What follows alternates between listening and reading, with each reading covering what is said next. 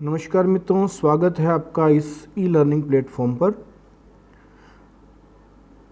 शिक्षा मनोविज्ञान के अंतर्गत हमारा टॉपिक चल रहा है अभिप्रेरणा, और आज इसका ये अंतिम पार्ट है। इसके बाद हम क्वेश्चन आंसर्स की एक सीरीज चलाएंगे जिसमें हम अभिप्रेरणा के लगभग 50-60 क्वेश्चंस के बारे में चर्चा करेंगे। अभी तक हमने अभिप्रेरणा के सभी टॉपिक्स एक बार पढ़ चुके हैं। लास्ट वीडियो में हमने अभिप्रेरणा के सिद्धांतों के बारे में बात की थी। 4 सिद्धांत जो महत्वपूर्ण सिद्धांत थे उनके बारे में हमने विस्तृत चर्चा की थी, और अब हम बात कर रहे हैं कि अभिप्रेरणा के और मुख्य कौन कौन से सिद्धांत हैं। लेकिन हम सभी सिद्धांतों का एक बार नाम और उनके प्रवर्तकों के बारे में जानकारी प्राप्त करेंगे। देखिए मित्रों, अभिप्रेरणा के जो सिद्धांत हैं उन सिद्धांतों में जो पहला सिद्धांत है वो है विलियम मैकडूगल साहब का मूल प्रवृत्ति का सिद्धांत। आप जानते ही हैं विलियम मैकडूगल साहब ने अपनी पुस्तक द आउटलाइन ऑफ साइकोलॉजी में मूल प्रवृत्तियों के बारे में वर्णन किया, और इन्होंने कहा कि 14 प्रकार की मूल प्रवृत्तियां होती हैं और ये 14 मूल प्रवृत्तियां 14 संवेगों से जुड़ी हुई होती हैं, और जो संवेग होता है उस संवेग के अनुसार ही व्यक्ति उस मूल प्रवृत्ति के अनुसार किसी कार्य को करने के लिए प्रवृत्त होता है। और ये जो मूल प्रवृत्तियां होती हैं ये कैसी होती हैं? ये मूल प्रवृत्तियां जन्मजात होती हैं। तो विलियम मैकडूगल साहब ने 14 प्रकार की मूल प्रवृत्तियों के बारे में वर्णन किया।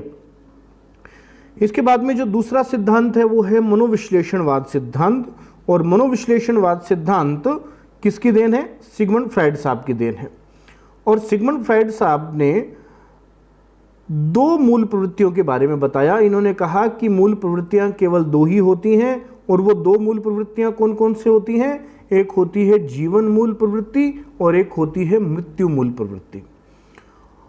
जीवन मूल प्रवृत्ति को इन्होंने नाम दिया इरोज, और मृत्यु मूल प्रवृत्ति को इन्होंने नाम दिया थैनाटोस। तो इन्होंने भी मूल प्रवृत्ति को ही मूल कारण माना, लेकिन मूल प्रवृत्तियां केवल 2 ही मानी, जीवन मूल प्रवृत्ति और मृत्यु मूल प्रवृत्ति। उसके बाद में आए अब्राहम मैस्लो साहब, और अब्राहम मैस्लो साहब ने सिद्धांत दिया आवश्यकता पदानुक्रम का सिद्धांत। इसे हम आवश्यकता का सिद्धांत भी कहते हैं, इसे मांग का सिद्धांत भी कहते हैं। और अब्राहम मैस्लो साहब ने एक पिरामिड के जरिए हमें बताने का प्रयास किया कि ये जो मांग है, ये जो आवश्यकता है, ये 5 प्रकार की होती हैं। सबसे पहली आवश्यकता इन्होंने आवश्यकता बताई, और सबसे अंतिम जो आवश्यकता वो बताई आत्मसिद्धि। तो इस प्रकार से इन्होंने अब्राहम मैस्लो साहब ने आवश्यकता या मांग को मूल तत्व माना अभिप्रेरणा के लिए। इसके बाद में मनोवैज्ञानिक आए मैक्लीलैंड साहब, और मैक्लीलैंड साहब ने मानव प्रेरणा सिद्धांत दिया। मानव प्रेरणा सिद्धांत जो है इसके अंदर इन्होंने 3 चीजें बताई, जिसमें सबसे प्रमुख थी उपलब्धि अभिप्रेरणा, दूसरी थी शक्ति अभिप्रेरणा, पावर मोटिवेशन। देखिए, हालांकि ये जो मैक्लीलैंड का सिद्धांत है, मैक्लीलैंड साहब ने सबसे ज़्यादा जो जोर दिया वो उपलब्धि अभिप्रेरणा के ऊपर सबसे ज़्यादा जोर दिया। इसीलिए मैक्लीलैंड साहब के इस सिद्धांत को उपलब्धि अभिप्रेरणा का सिद्धांत भी कहा जाता है। तो अगर हमारे सामने ये आता है कि उपलब्धि अभिप्रेरणा का सिद्धांत किसने दिया, तो मैक्लीलैंड साहब ने दिया। इसे उपलब्धि अभिप्रेरणा का सिद्धांत भी कह सकते हैं।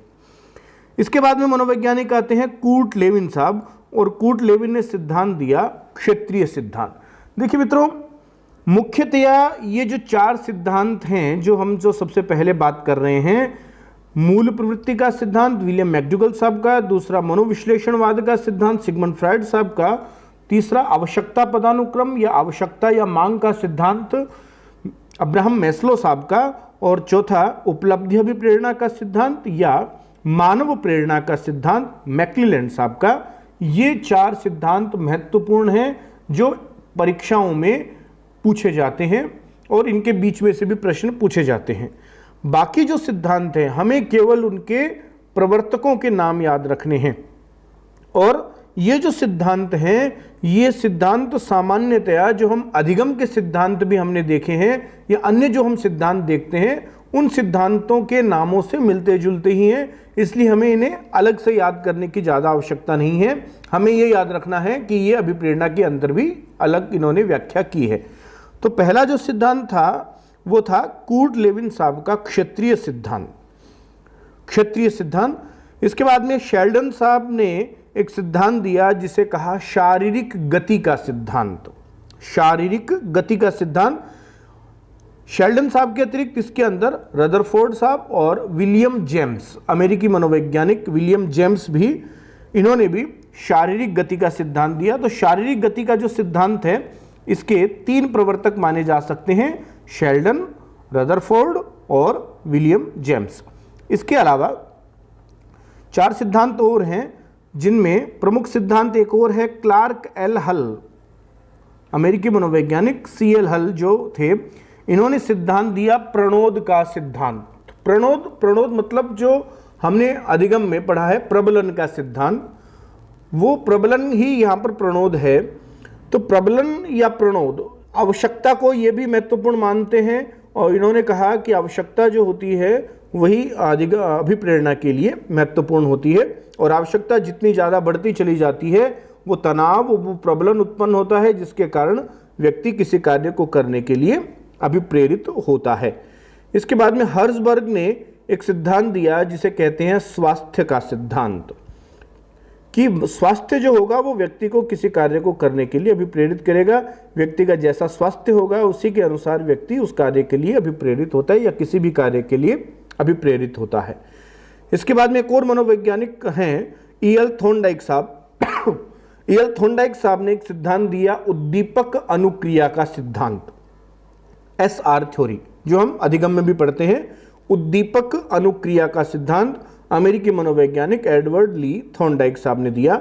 एक सिद्धांत बीच में रह गया, ये 2 मनोवैज्ञानिक हैं वोल्फ एम कॉफमैन साहब, इन्होंने सिद्धांत दिया प्रोत्साहन का सिद्धांत। प्रोत्साहन मतलब हम किसी को जितना ज़्यादा प्रोत्साहित करेंगे, जितना ज़्यादा हम उसको मोटिवेट करेंगे, व्यक्ति उस कार्य को उतना ही अच्छे तरीके से करने का प्रयास करेगा। कुछ एक सिद्धांत और भी हैं जो अलग अलग मनोवैज्ञानिकों ने अपने अपने हिसाब से वर्णित किए हैं, जिसमें एक सिद्धांत है विरोधी प्रक्रिया का सिद्धांत। विरोधी प्रक्रिया का सिद्धांत ये सोलोमन साहब हैं, सोलोमन ने ये सिद्धांत दिया। इन्होंने कहा कि जिस कार्य में व्यक्ति को सुख की प्राप्ति होती है, जो कार्य करने से व्यक्ति को प्रसन्नता प्राप्त होती है, व्यक्ति उस कार्य के लिए जल्दी अभिप्रेरित होता है। और यदि किसी कार्य में उसको दुख की प्राप्ति होती है या किसी कार्य को करने में कठिनाई महसूस होती है तो व्यक्ति उस कार्य को नहीं करता है, उस कार्य के लिए अभिप्रेरित नहीं होता है।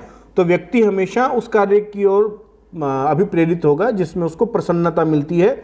इसको इन्होंने नाम दिया विरोधी प्रक्रिया का सिद्धांत, कि ये जो क्रियाएं हैं, अगर सुख मिलेगा तो वो क्रिया करेगा, दुख मिलेगा तो वो क्रिया नहीं करेगा।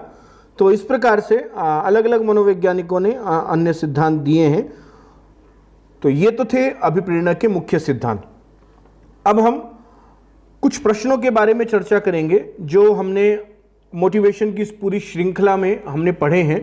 आज हम केवल 9-10 जो प्रश्न हैं उनके बारे में चर्चा करते हैं जो पूर्व परीक्षाओं में पूछे गए हैं और जिनके बारे में हमने अभी पढ़ा भी है पिछले वीडियोस में।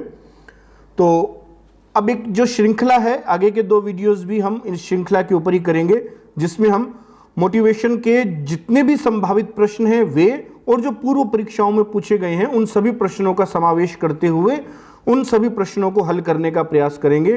और ये मेरा विश्वास है कि इन प्रश्नों से बाहर अभिप्रेरणा में से आपके प्रश्न नहीं आएगा, ऐसा मैं मानता हूं, क्योंकि मैंने जो प्रश्नों को तैयार किया, जो मैंने संकलन किया है इन प्रश्नों का, वो सामान्यतया इस प्रकार के प्रश्न हैं कि अगर आप उन प्रश्नों को याद कर लेंगे तो उससे संबंधित सभी प्रश्न हम हल कर पाएंगे, ये मेरा विश्वास है। तो आप इन वीडियोस को कंटिन्यू देखें। अगर अभी तक आपने मेरा चैनल सब्सक्राइब नहीं किया है तो चैनल को सब्सक्राइब करें, इसे लाइक करें, इसे शेयर करें। तो पहला प्रश्न हमारा है, मास्लो का अभिप्रेरणा सिद्धांत को कहा जाता है। ये यूपी टेट एग्जाम में पूछा गया है 2013 में। मास्लो, अब्राहम मैस्लो साहब का जो सिद्धांत है उसको हम क्या कहते हैं? तो पहला सिद्धांत है शारीरिक सिद्धांत, तो शारीरिक सिद्धांत नहीं है। दूसरा अंतर्नोद का सिद्धांत, ये भी नहीं है। तीसरा है दृढ़ इच्छा शक्ति का सिद्धांत, ये कोई सिद्धांत है ही नहीं। तो अंतिम है आवश्यकता का सिद्धांत। इसे हम आवश्यकता का सिद्धांत, मांग का सिद्धांत या आवश्यकता पदानुक्रम का सिद्धांत भी कहते हैं। तो इसका ऑप्शन द सही है। हम सभी में आवश्यकता के अनुसार अभिप्रेरण की शुरुआत होती है।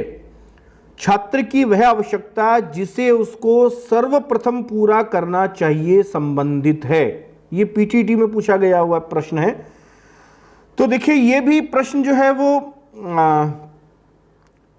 अब्राहम मैस्लो साहब का आवश्यकता पदानुक्रम का जो सिद्धांत है उसी के ऊपर आधारित है। और आप थोड़ा सा दिमाग पर जोर देते हुए उस पिरामिड को ध्यान में लाइए और समझिए कि पहली आवश्यकता क्या है। फिर हम बात करते हैं पहली आवश्यकता, आप अब्राहम मैस्लो साहब के अनुसार पहली आवश्यकता क्या है? क्या है पहली आवश्यकता? पहली आवश्यकता ऑप्शन अ है शारीरिक, ऑप्शन ब सम्मान, ऑप्शन स सामाजिक और ऑप्शन द आत्मानुभूतिकरण। तो देखिए, पहली आवश्यकता क्या है? सबसे पहले इन्होंने रखा था शारीरिक आवश्यकता, उसके बाद में सुरक्षा आवश्यकता, उसके बाद में स्नेह व संबंधन आवश्यकता, उसके बाद में उपलब्धि आवश्यकता और उसके बाद में आत्मानुभूति या आत्मसिद्धि। तो यहां पर भी हमारा ऑप्शन होगा अ, शारीरिक आवश्यकता। ये व्यक्ति की पहली आवश्यकता है। इसमें भी यही पूछा गया है, आवश्यकता जिसे उसको सर्वप्रथम पूरा करना चाहिए। तो फर्स्ट ऑफ ऑल जो आवश्यकता आएगी वो कौन सी आवश्यकता है? शारीरिक आवश्यकता या जैविक आवश्यकता, दैहिक आवश्यकता।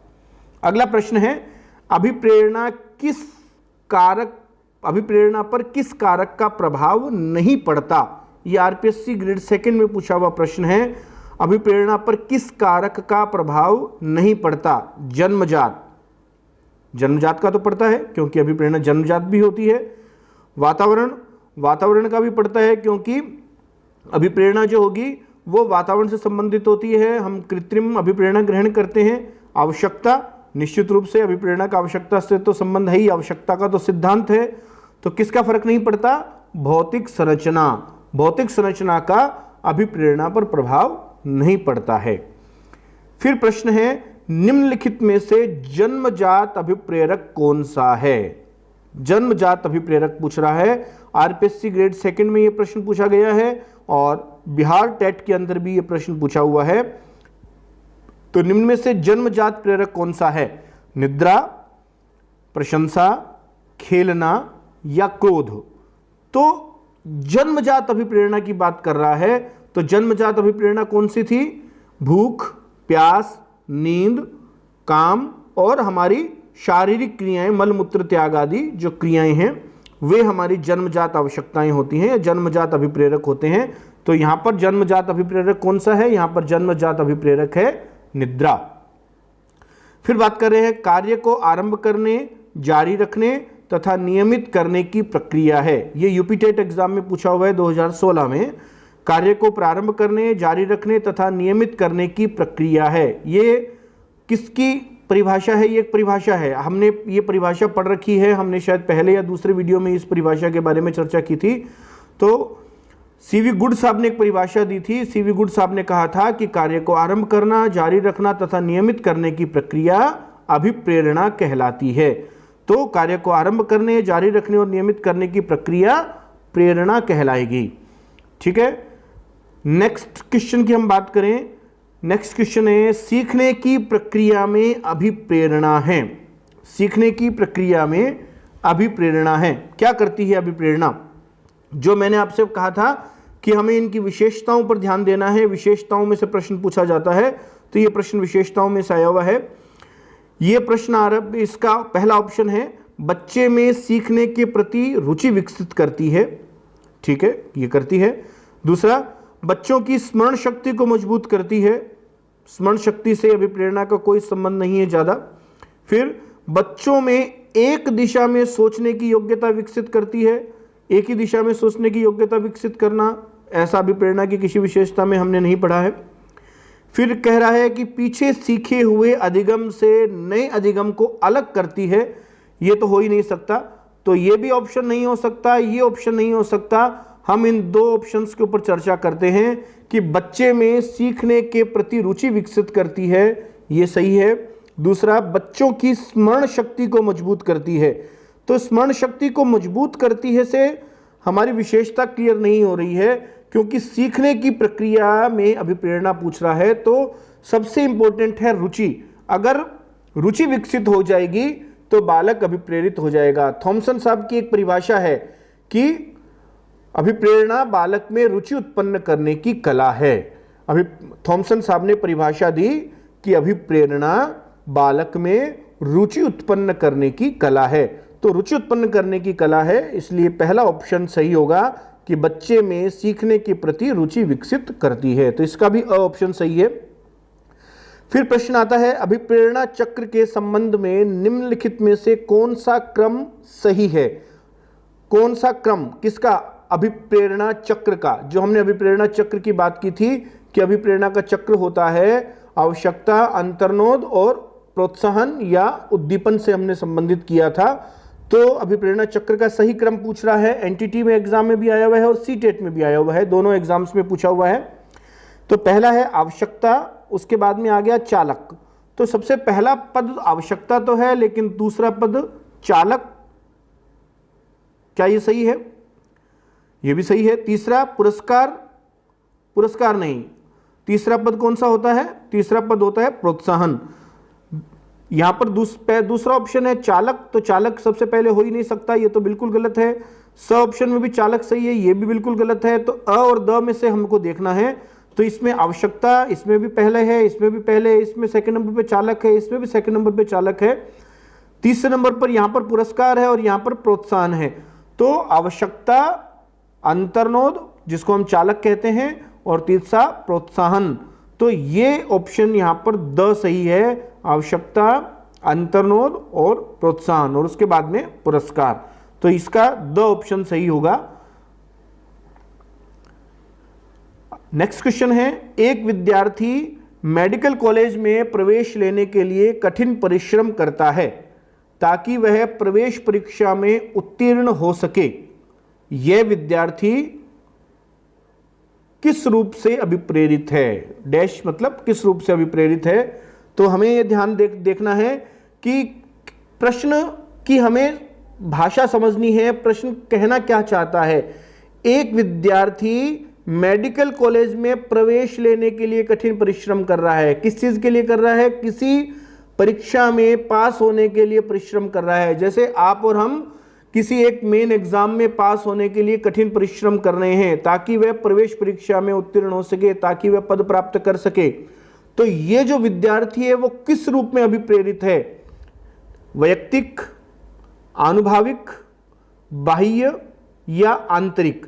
तो आंतरिक अभिप्रेरक तो है ही नहीं किसी भी हालत में, क्योंकि बाह्य अभिप्रेरणा है। दूसरा अनुभाविक अभिप्रेरणा, यह भी ऐसी कोई अभिप्रेरणा हमने सुनी नहीं है, अनुभाविक अभिप्रेरणा नहीं है। स ऑप्शन है बाह्य, बाह्य हो सकती है, और अ ऑप्शन है वैयक्तिक, वैयक्तिक। तो यहां पर हमें थोड़ा सा अब्राहम मैस्लो साहब ने जो अभिप्रेरकों के प्रकार बताए थे, अभिप्रेरकों के प्रकारों के बारे में सोचना है कि अब्राहम मैस्लो साहब ने अभिप्रेरकों के दो प्रकार बताए। कौन कौन से? जन्मजात प्रेरक और अर्जित प्रेरक, और अर्जित प्रेरकों को उन्होंने दो भाग किए। कौन कौन से? व्यक्तिगत प्रेरक और सामाजिक प्रेरक। और व्यक्तिगत प्रेरकों में उन्होंने सबसे पहला प्रकार जो बताया था वो बताया था जीवन लक्ष्य संबंधी प्रेरक। ध्यान दीजिएगा, व्यक्तिगत प्रेरकों में पहला प्रेरक था जीवन लक्ष्य संबंधी प्रेरक, और यहां पर ये जीवन का लक्ष्य निर्धारित कर रहा है कि वो मेडिकल कॉलेज के प्रवेश परीक्षा में उत्तीर्ण होना चाहता है। तो यहां पर ये कैसा अभिप्रेरक होगा? वैयक्तिक अभिप्रेरक होगा। ये हमें ध्यान देना है। इसीलिए मैं आपको बार बार कह रहा हूं कि हमें कॉन्सेप्ट क्लियर करने हैं, केवल रटना नहीं है, हमें ध्यान से इस चीज को समझना है, कॉन्सेप्ट क्लियर करने हैं, केवल फैक्चुअल क्वेश्चन नहीं आएंगे। नेक्स्ट क्वेश्चन है, बाह्य अभिप्रेरणा में समावेशित किया जाएगा। आरटेट एग्जाम 2011 में यह प्रश्न आया हुआ है, बाह्य अभिप्रेरणा में समावेशित किया जाएगा। पहला है प्रशंसा व दोषारोपण, प्रशंसा दोषारोपण ये सही है। दूसरा है प्रतिद्वंद्विता, ये भी सही है। तीसरा है पुरस्कार एवं दंड, ये भी सही है। और चौथा है परिणाम का ज्ञान, परिणाम का ज्ञान, तो ये भी सही है। तो यहां पर ऑप्शन एक है पहला व तीसरा, तो पहला व तीसरा अगर करते हैं तो दूसरा भी सही है, प्रतिद्वंद्विता भी सही है। ब ऑप्शन है पहला, दूसरा व तीसरा, तो ये तो सही है ही। केवल दूसरा नहीं, बाकी सारे भी सही हैं। उपयुक्त सभी, तो यहां पर उपयुक्त सभी सही आंसर होगा, क्योंकि ये जो सारे के सारे अभिप्रेरणा है, पुरस्कार, प्रशंसा, दंड, सम्मान, प्रतिद्वंद्विता, परिणाम का ज्ञान, ये सारी की सारी अभिप्रेरणा जो है ये कैसे अभिप्रेरणा है, बाह्य अभिप्रेरणा है। तो यहां पर आंसर होगा उपयुक्त सभी। तो मेरे हिसाब से आपके ज्यादातर प्रश्न सही हुए होंगे। आपके कितने प्रश्न सही हुए आप मुझे कमेंट बॉक्स में लिख के जरूर बताएं। और आपको ये वीडियो कैसा लगा, अगर आपको ये वीडियो अच्छा लगा हो तो आप इसे लाइक करें, इसे शेयर करें और इसे सब्सक्राइब करें। धन्यवाद।